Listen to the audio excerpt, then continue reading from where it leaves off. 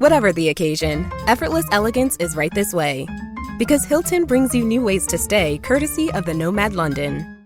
And it doesn't stop at award-winning dining in a space draped in velvet and illuminated by vintage chandeliers.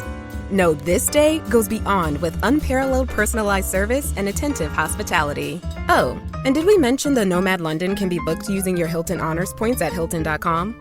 Hilton, for the stay. The First Lady of New York Radio, Joan Hamburg, entertaining and informative. Talk Radio 77 WABC. All right, everyone, welcome to the Joan Hamburg Show.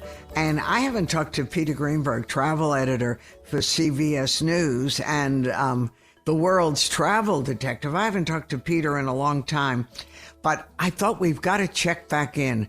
People are crowding into airports. They're going to the trains. They want to get out and start going again. Should we? Where to? What about all the mask mandates? So let's talk to a man who knows it all. Peter, welcome. I haven't talked to you in ages. I know. Nice to get back in touch with you, Joan. Yeah. So tell me, everyone is talking about the mask mandate. You know, I mean, reporters are crowding into airports asking people, and everyone is confused. As someone who's on the road all the time or in the air, what is your opinion about that? Well, if you look at the judge's opinion, which came out on Monday, it basically ruled that the CDC's mandate, which is out, was set to expire, May 3rd, applied all to planes, trains, buses, and subways. She called it illegal for all of that. That's where the confusion comes in, because if you follow the science, the air circulation systems, or I should say recirculation systems on airplanes, are quite advanced. They're quite sophisticated, and I like them. They bring in cold air at about minus 60 degrees into the plane, heated by the engines. Then that air comes in on those nozzles above your head. But the good news is it's all purged out every 3 minutes, and new air is brought in. I don't have that kind of system in my house, your radio studio, or anywhere.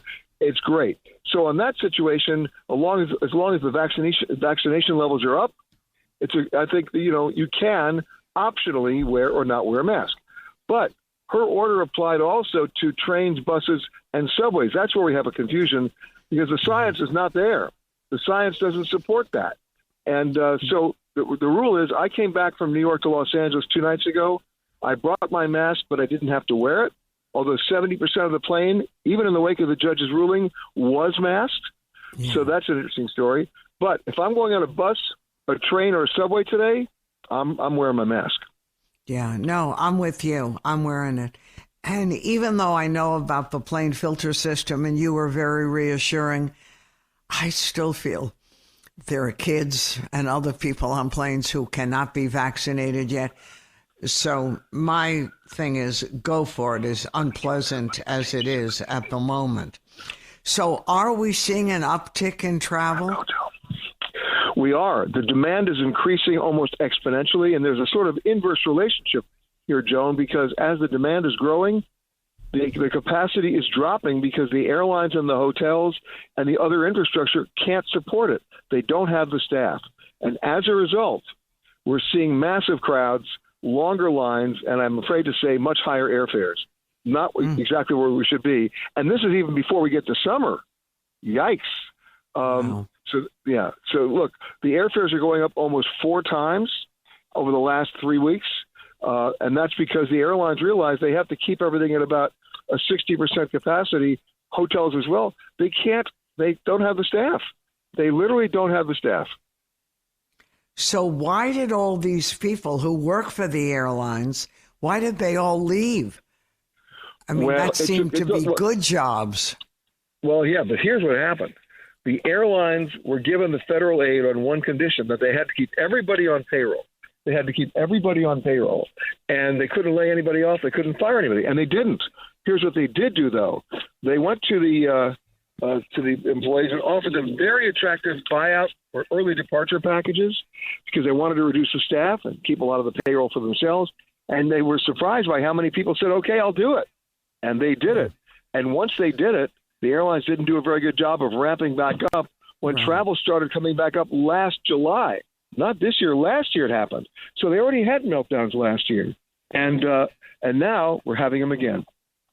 And I heard earlier today on the news that the hotel industry is way off, and it doesn't seem likely that it's going to come back at anywhere near capacity.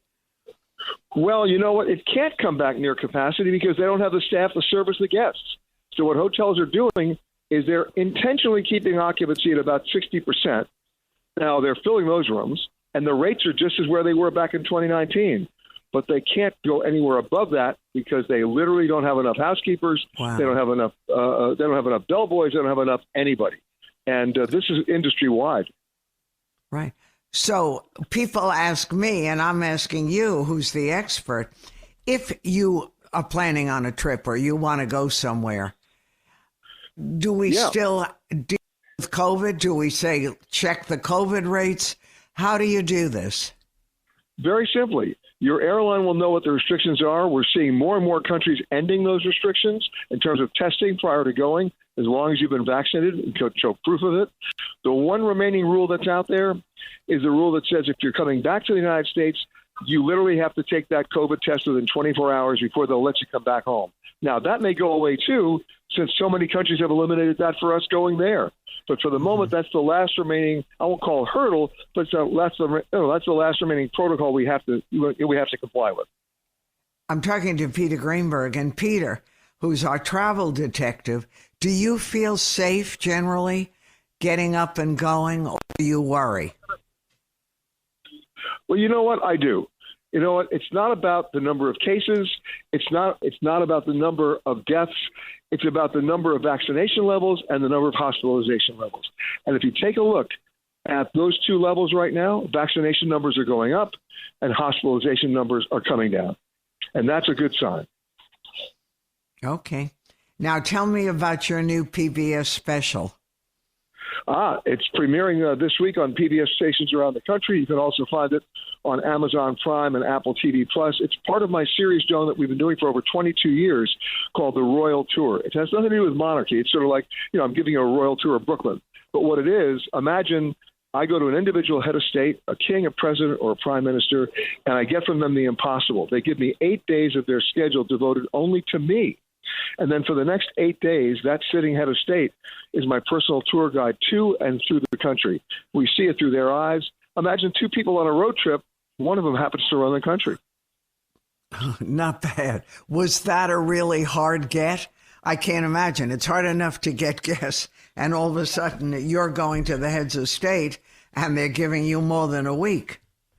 Yes, look, it's never easy, but once it happens, it works. We've done it over 22 years with everybody from the King of Jordan to the Prime Minister of New Zealand, the President of Mexico. We did it with Netanyahu in Israel. We did it with the Prime Minister of Poland, the Presidents of Peru and Ecuador, the Prime Minister of Poland, and now it's with the President of Tanzania, an amazing woman who's the only woman of color and a Muslim to ever run a country, and her country is 60 million people. So it's a remarkable story of how she got the job and a remarkable story of what she's doing with the job. And she was my tour guide. Well, it sounds great to me.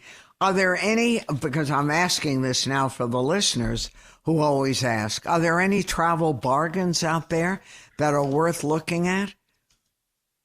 You know what? Right now, they are few and far between in this country because so many people are traveling domestically. However, if you take a look, there are 196 countries out there, of which you can probably go to about 180 of them safely. And if you plan ahead, especially if you have some extra frequent flyer miles running around, that's the time to redeem them. Don't just go for the airfare now. Remember, the best time to redeem a frequent flyer mile is not when the airfare is $59. It's when the airfare is $5,900. And we're seeing those airfares rise for all sorts of reasons, not the least of which are rising fuel prices, inflation, and, of course, the situation in Ukraine. But if you plan properly, now's the time to go, and you can think 330 days out in terms of redeeming your miles. Right, which sounds really good. And what about perennial favorites like Paris and London, which have had elevated COVID rates? Is this a time to go to those countries? Once again, I don't go by the number of cases there or the number of elevated rates. I go by the vaccination level of the person who's going, otherwise known as me. And I go by my own common sense of how I'm going to play by the rule and follow the science. So I've been traveling since July of 20. I've done it responsibly. Wow. And of course, and that was before the vaccine was even available. Now, the other thing I will tell everybody is if you haven't had your vaccine outside of 270 days, you're okay. Meaning, if your last shot was more than 270 days ago, which is possible, that's 9 months, then you probably won't be allowed to get into you won't be able to get into these countries. So make sure you get your booster. If you're qualified for a second booster, get it. But as long as you've gotten your last shot within 270 days, then you're free to go. It sounds good to me, and it sounds like you're having a lot of wonderful adventures, Peter. I'm doing the best I can, Joan. It's good. All right, take care of yourself. We'll be following you. Thank you so much. The travel detective, Peter Greenberg, travel editor for CVS. He's great to listen to. Stay tuned.